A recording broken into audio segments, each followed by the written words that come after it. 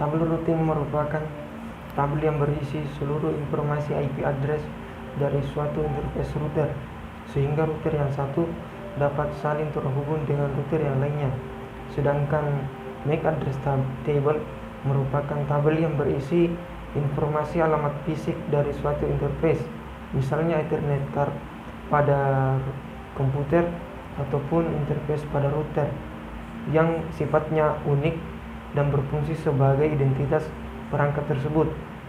Biasanya digunakan oleh switch dalam menentukan jalur lalu lintas ke port yang sesuai.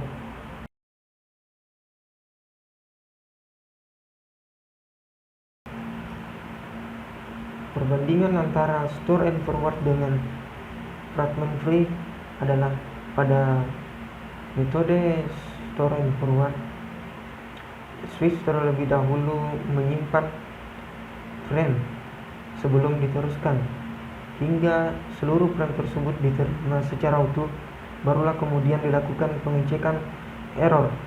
Jika tidak terdapat error, maka frame akan langsung diteruskan, sedangkan jika terdapat error, maka frame akan langsung dibuang. Bedanya dengan fragment free, pada fragment free switch hanya menyimpan 64 byte pertama, barulah kemudian setelah itu di forward. Mengapa hanya 64 byte pertama? Karena 64 byte pertama ini sering terjadi error jaringan atau collision.